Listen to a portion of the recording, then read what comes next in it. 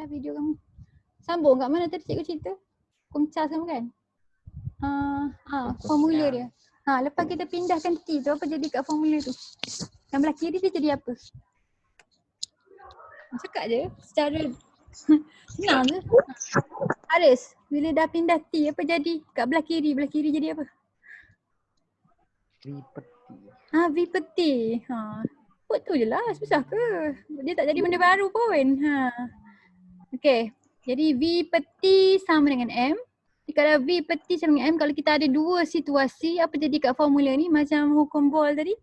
Apa jadi kat formula dia? Last sekali formula jadi macam mana?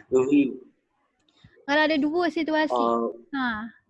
V1. V1 Sama over dengan T1. V2. V2? Sama dengan V2 over V2. V2 over T2. Okay, V1. Jadi yang ni formula dia. V1 over T1 sama dengan V2 over T2. Alright, petak kan yang ni formula. Dan T ni mesti dalam Kelvin, T ni suhu mutlak. Ingat lah. Macam mana nak dapat nilai dalam Kelvin, kita kena buat apa? Kalau kita ada dalam darjah Celsius, macam mana nak jadi Kelvin? Kalau ada darjah Celsius, macam mana nak jadi Kelvin? Tolak 372. Bukan tolak, tambah. 303. Tambah. Tambah. Dalam Kelvin jawapan dia akan jadi ratus-ratus. Jadi kita tambah, kita dapat suhu dalam Kelvin. Kelvin cara tulis dia tak ada bulat kat atas, dia bukan darjah Kelvin, dia Kelvin semata-mata K besar. Alright, mari kita try soalan. Gelembung udara ke, tapi senang soalan ni. Satu gelembung udara mempunyai isi padu 1.2 cm padu pada suhu 27 darjah Celsius. Berapakah isi padu gelembung udara itu jika suhunya meningkat kepada 47? Nampak senang saja, dia kata suhu tu meningkat kan. Dan dia tanya isi padu. Jadi kita tuliskan semua huruf-huruf dia. Jadi kita punya V apa? V1 kita 1.2. 1.2.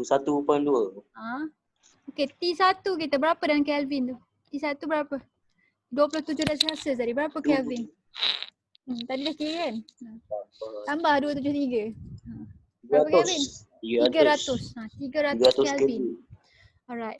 Ingatlah ini penting kalau tidak salah dalam exam nanti. Okay. Lepas tu dia bagi tak maklumat V2 tak, dia suruh cari. Jadi V2 kamu yang kamu nak cari. Lepas tu T2 kamu berapa tu dalam Kelvin? 47.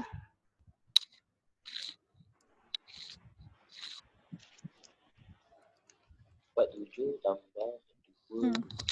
Campur 273. 320. 320 Kelvin. Okey, cuba jawab tanpa cikgu tulis apa jawapan V dia. Okey, apa jawapan V2? V1 over T1 sama dengan V2 over T2. Bagi tahu cikgu apa jawapan V2 tu.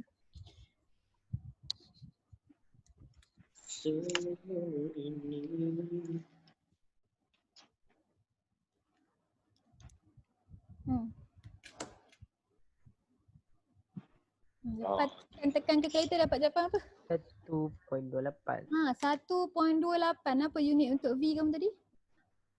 cm padu. cm padu. Jadi ingatlah V1 over T1 sama dengan V2 over T2. Ganti je. Jadi yang ni 1.2 bahagi dengan 300 sama dengan tak tahu. Jadi V2 lah, tulis balik V2 320 dapat jawapan 1.28 cm padu. 1.28. Betul lah nah. Jadi apa cikgu nak tulis ni? Sentimeter padu. Okey, jadi dia punya isi padu dia bertambah kan sebab suhu dia bertambah. Logik lah jawapan tu lah. Kita boleh check balik. Begitu. Alright, betul lah. Okey, jadi soalan kedua ni cuba kamu buat tanpa cikgu beritahu kamu, bagi tahu cikgu berapakah peningkatan isi padu ni. Peningkatan maknanya perubahan daripada awal tu kena tolak dengan perubahan akhir tu. Tolak sikit. Kita cikgu jawapan dia apa. Ingatlah suhu kena tukar jadi Kelvin, lepas tu baru masukkan dalam formula V1 over T1, V2 over T2 tu. Okay. V1 1 3 meter.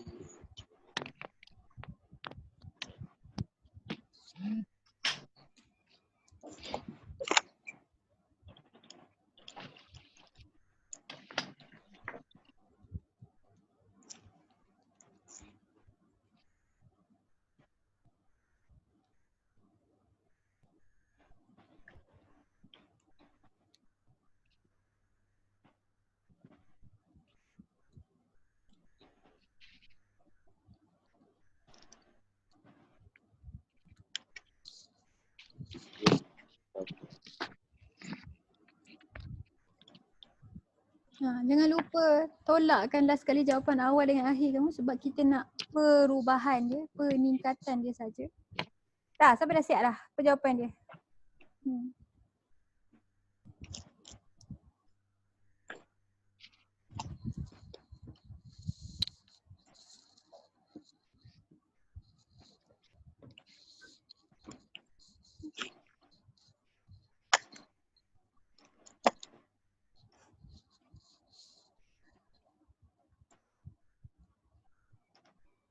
Satu berarti satu sama dengan B2 berarti 2. Cepat. Apa jawapan dia? Namanya? 37 campur 273. Tulis macam ni pun tak apa. B2 kamu yang kamu nak cari, yang ni belum lagi nak cari peningkatan. Jadi last kali ambil B1 ni, B2 yang kamu dapat ni tolak dengan 20. Sebab kita nak perubahan, peningkatan. 87 campur 273. Dah, siapa dapat jawapan dia? Beritahu cikgu cepat. Cepat. Kita nak habis dah. Kita nak tinggal sikit lagi.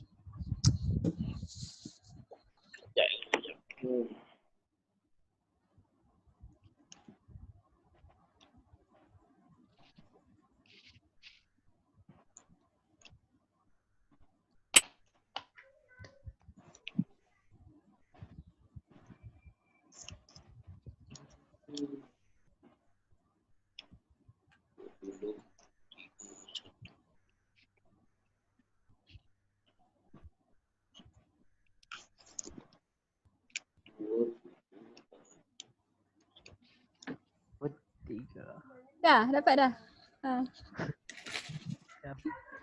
Mak, kamu cikgu dah tulis depan mata lah tu. Aduh. Dah picit calculator dah? Apa jawapan dia?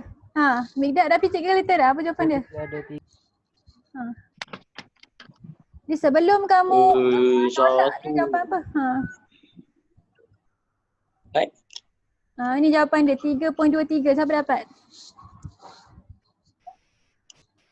Siapa betul? Kenapa jawapan dia 3.23? Sebab dia nak peningkatan. Maknanya kamu ambil perubahan awal tu tolak perubahan akhir. Maknanya isi padu awal dia kena tolak dengan isi padu akhir. Bila kamu kira V2 tu dapat berapa? 23.23 kan? Betul tak? Betul tak yang duk mengira ni? Mengira tak? Kenapa kamu kira lama? Kamu tak ada calculator. Kenapa kamu kira lama? Cikgu tengok sebaris je nak picit. Cikgu boleh picit sekaligus semua. Dapat 23.23. Pening.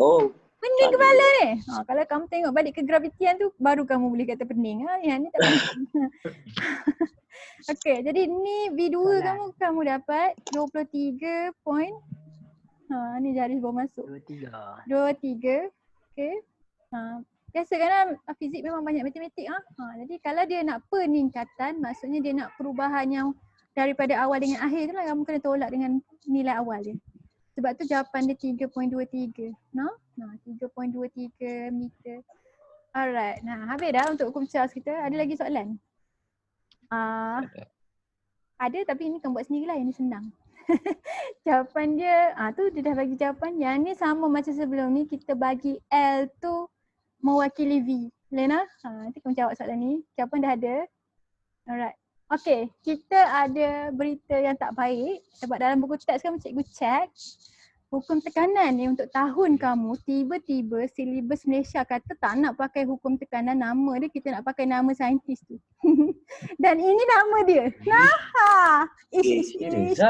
Ya, jadi kamu kena hafal. Kamu kena hafal nama dia. Dalam buku teks kamu tulis kan? Ni maknanya kalau Cik ada sekang lagi tau kat nama dia. Kamu sebut nama dia. Gay-Lussac. Nama dia Gay-Lussac tu. Saintis tu nama dia. Tahun kamu baru start iaitu perubahan silibus KSSM tu. Tak nak panggil hukum tekanan dah. Tak kelas agaknya. Kamu kena ingat nama dia. Jadi kita ada hukum Boyle. Kita ada hukum Charles dan kita ada seorang lagi saintis ni. Nama dia Gay-Lussac sebab nama dia panjang. Mungkin kamu ingat yang ni kan. Okay. Ingat lah. Jadi hukum tekanan kita panggil dia sebagai hukum Gay-Lussac. Ingat lah. Ingat hukum K, hukum K Lussac. Tak kot lah. Okay. Alright, jadi kalau dia tengah cakap pasal hukum tekanan, kita tengah tengok hubungan antara apa? P dengan siapa? Hukum K Lussac kamu ni cakap pasal P hubungan dengan- P dengan PV. Dengan T. P dengan T. T. Kamu ingat? Dengan T. Hukum yang tak ada suhu satu saja, hukum Boyle.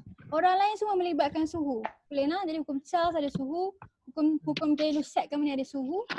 Jadi dia P dengan T yang kita malarkan terbalik dengan hukum Charles tu V yang kita malarkan jisim gas tu, M gas. Alright. Jadi yang ni perbincangan dalam kamu punya hukum K Lussac ni.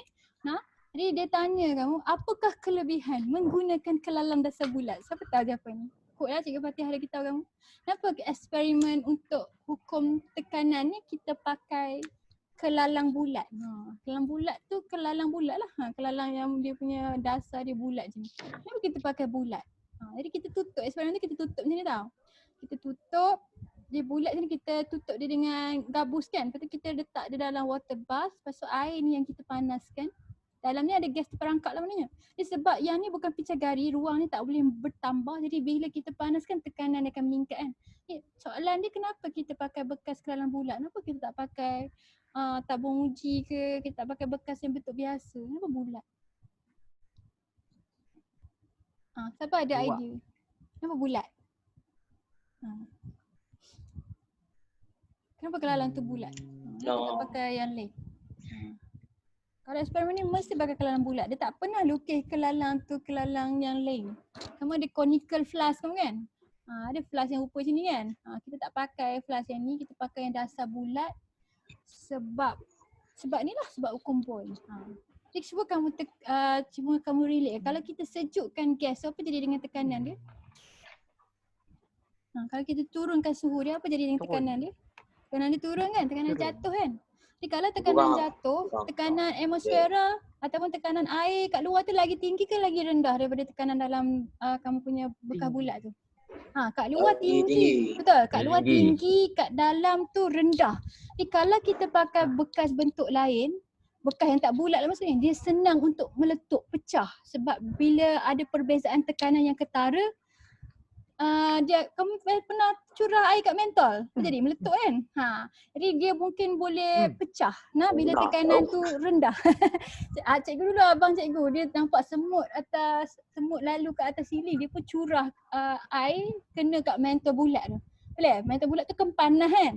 Jadi bila ada perubahan suhu dan mentol bulat tu dalam tu vacuum tau. Sebab tu meletup tau kalau mentol pecah. Kalau kamu jatuhkan mentol dia meletup.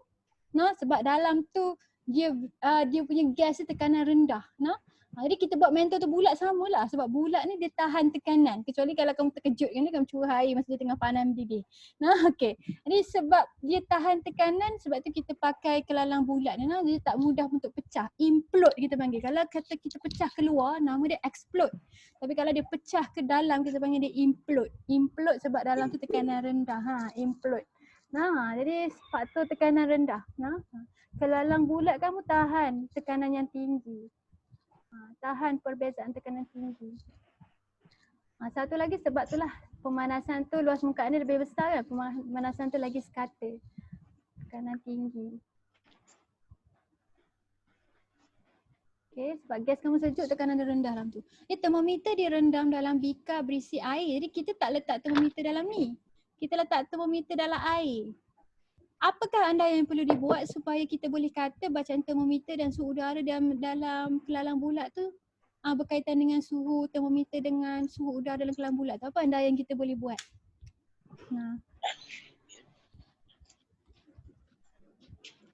Apa andaian dia?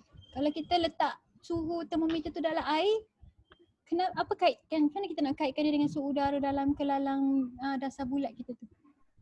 Kenapa kita boleh letak termometer kita dalam air? Kita tak payah letak dia dalam bekal bulat kita. Sebab apa?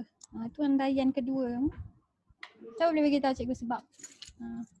Sebab apa dua tu boleh sama? Kenapa suhu termometer dengan suhu udara tu kita boleh kata sama? Sebab apa? Sebab apa? Siapa ada alasan?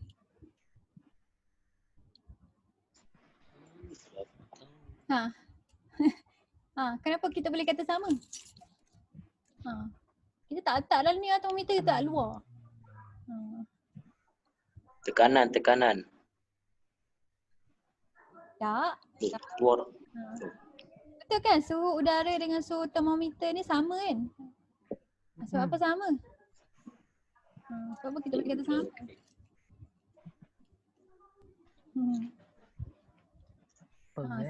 Tahu tak? Oh, kamu dah tak ingat dah. Sebab kita boleh kata dua-dua ni berada dalam keseimbangan terma.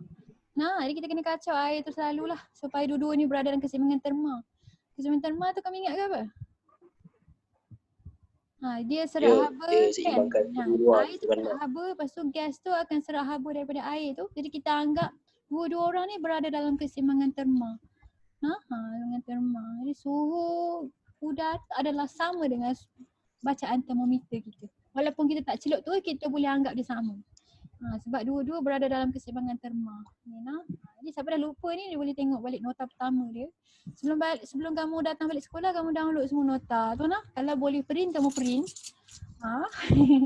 Kalau nak suruh cikgu print kan, kamu kena bayar cikgu lah. Boleh juga. Cikgu stack kan untuk kamu, tapi kamu kena bayar kat cikgu lepas cikgu dah photo stack tu. Kalau kamu nak, kalau ramai yang nak macam tu, kamu kena cakap cikgu awal-awal. Cikgu boleh uruskan. Ya, okay. Ya, Tak semua orang print kan. Itu cikgu print yang form-form ni tak mahal pun, dalam RM2 tu tak mahal pun. Okay. Jadi yang ni cikgu tulis ini alasan yang tadi tu. Round bottom of this type of flask allow more uniform heating. Jadi pemanasan dia sekata. Lepas tu dia kata this flask shape is also more resistant to fracturing under vacuum. Jadi kalau kat dalam tu tekanan sangat rendah, dia kata vacuum tekanan yang hampir tiada kan. Tiada lah. Jadi dia tak fracture. Dia susah untuk meletup, untuk fracture, pecah. Okay. Sebab bila sfera dia akan distributekan dia punya stress tu tekanan yang kena pada dia tu pada semua arah. Okay, jadi sebab tu sfera bagus.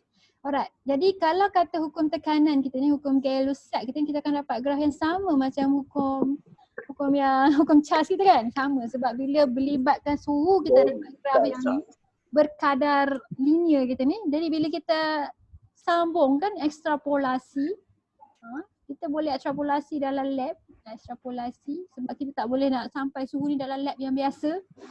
Lab yang mahal-mahal baru boleh sampai suhu yang rendah macam ni. Ekstrapolasi, kita dapat suhu bacaan sama masa tekanan kosong. Maksudnya gas tu ada. Tadi macam tadi cikgu tunjuk kamu tu, tapi gas tu pegun kan. Jadi bila gas tu pegun, dia tak langgar dinding bekas tu, jadi tekanan dia jadi kosong. Kita tak boleh bayang sebenarnya situasi ni sebab saintis pun tak boleh nampak apa molekul ni kan. Alright. Jadi bila kita tukar skala dia jadi Kelvin, kita dapat hubungan kita yang comel ni yang berkadar langsung. Jadi dalam buku teks kamu dia kata hukum Gay-Lussac ni menyatakan bahawa tekanan adalah berkadar langsung dengan suhu mutlak. Ingat kamu kena sebut perkataan mutlak ni sebab suhu dalam Kelvin.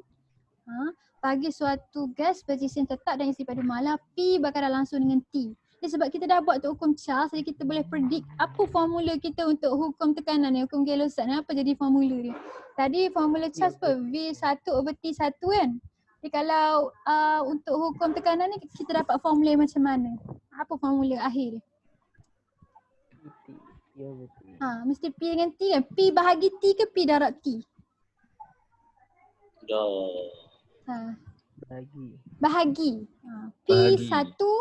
P1 over dah menyanyi dah.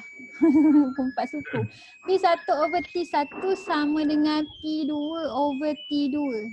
Alright, jadi yang ni kamu punya hukum tekanan kamu. T ni mesti dalam Kelvin juga sama. Okay, mesti dalam Kelvin.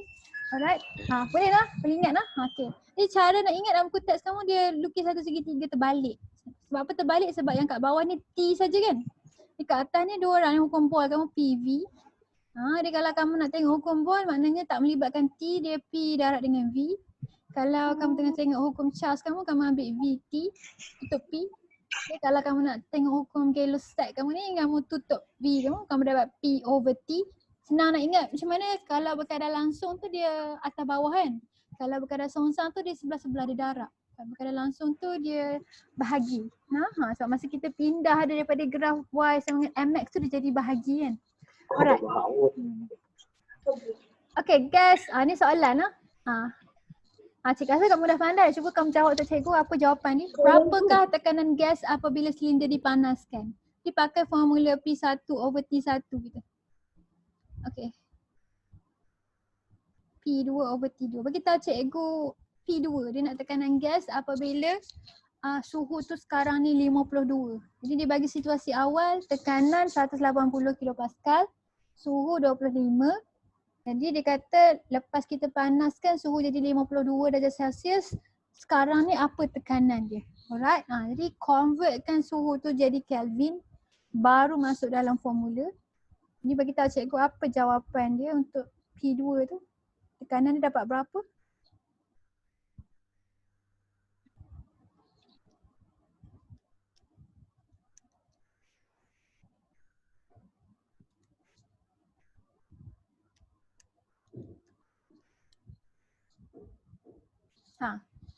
Tekanan dia dalam kilopascal lah, bagi tahu cikgu jawapan dia.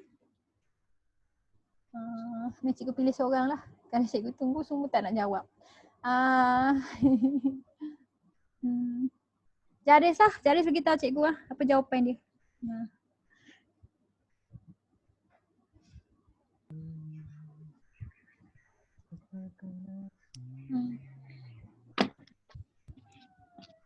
Masukkan dalam formula kira kan. Ni.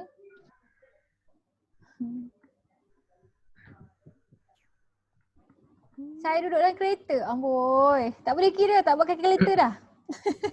Okey, tukar orang lah. 196.3 betul ya? 196? Okey, betul. Tepat sekali. 196.3. Alah, kacang je kan? Tak ada masalah kamu nak kira. Betul, 196.3. Kilopascal. Jadi P2. P2 196.3. Pandai lah kan? Dah pandai guna formula dah? Senang lah. Tak ada apa-apa lah formula online ni. Kita dah belajar tajuk susah dah kan? Jadi tajuk ni senang lah. Alright. Jadi ni satu biji soalan lagi. Cuba jawab. Yang ni dia ada kebat tapi tak kebat mana pun. Bagi tahu cikgu apa jawapan dia. Berapakah tekanan udara akhir jika isi padu bekas ditetapkan? Isi padu bekas tetap tu memang syarat untuk hukum tekanan lah. Yang ni unit kamu dalam Newton per meter cube. Meter square. Yang tu Pascal lah sebenarnya.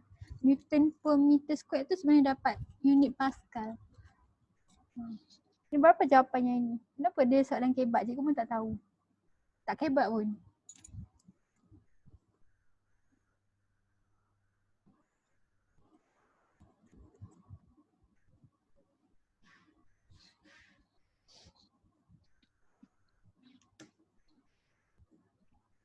P1 over T1 sama dengan P2 over T2.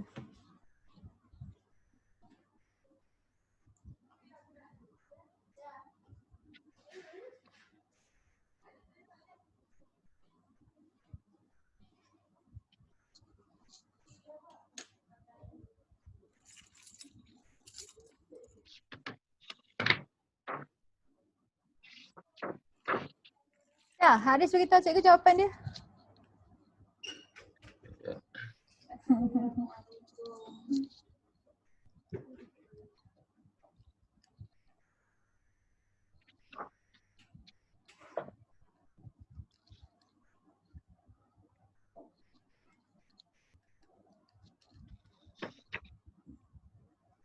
Besar sebab dia dapat jawapan yang kamu kena tukar jadi bentuk piawai. Haris, apa jawapan dia?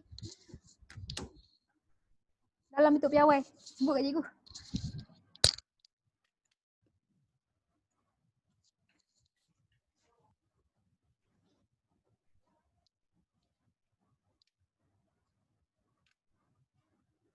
Mana orangnya? Cepatlah.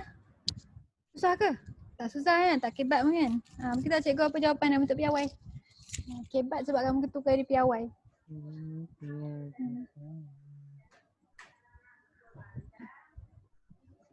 Mana Haris? Ada orang lain ke nama Haris?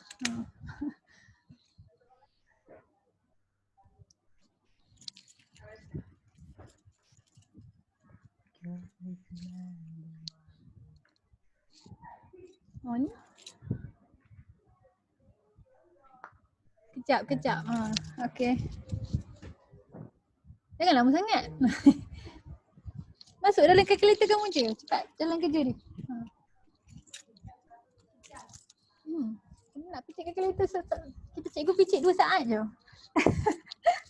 Sama kamu picit 5 minit nak picit. Cepat Aris cepat. Cikgu dah pegang kunci dah nak balik dah.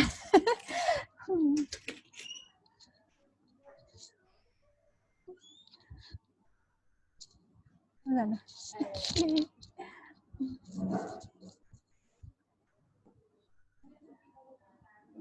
Dah, lama enggak ni Haris? Tak nak lepas kat online, kita cikgu jawapan dia cepat.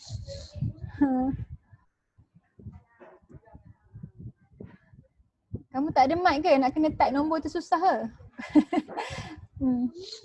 Boleh kat cikgu cepat jawapan dia?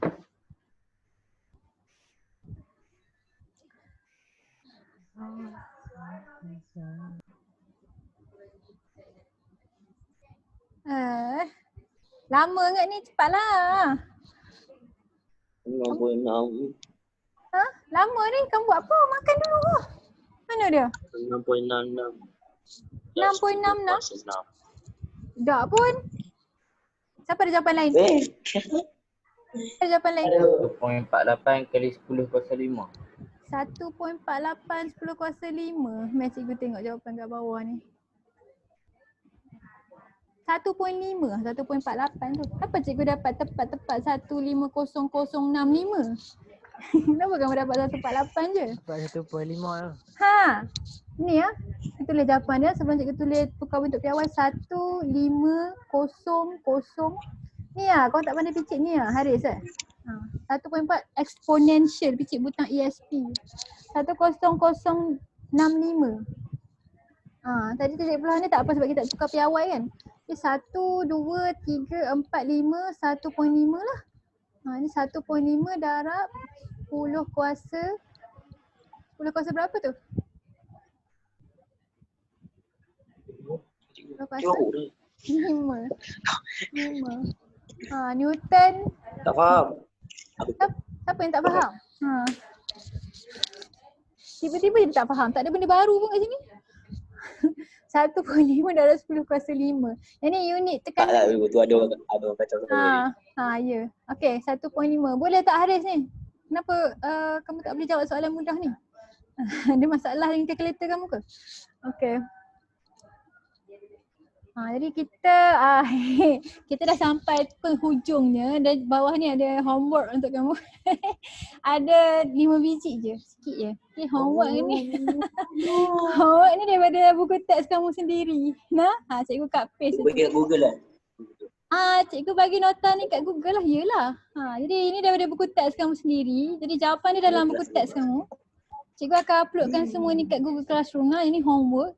Siapa yang tak siap graf dia, yang tu pun homework kamu juga. Graf kena buat. Graf tu amali kamu. Jadi kamu wajib buat. Yang tu tak boleh nak print keluar. Okay. Okay. Jadi ini homework kamu ada 5 biji. Kalau kamu ada soalan boleh tanya cikgu. Kita dah habis bab haba. Tahniah. Alright. Jadi yang ni daripada buku teks kamu juga. Yang ni kamu punya overall chapter untuk tajuk haba. Jadi kita start itu keseimbangan terma, muatan haba tentu, lepas tu haba pendam tentu, lepas tu kita belajar pasal hukum gas. Ini dah habis dah. Minggu depan kita tak ada kelas sebab kita akan cuti.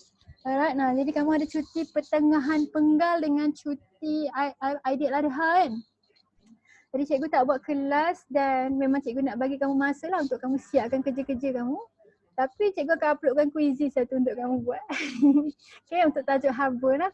Jadi cikgu nak kamu buat lah. Bila kuizi tu kata dia ada dia punya due date dia. Jadi silalah jawab sebelum due date dia expired. Jangan jadi macam hari tu. Okay, jadi tak susah lah tajuk haba. InsyaAllah kamu boleh buat. Okay, nanti datang balik sekolah kita akan buat test untuk tajuk haba dan tajuk kegravitian.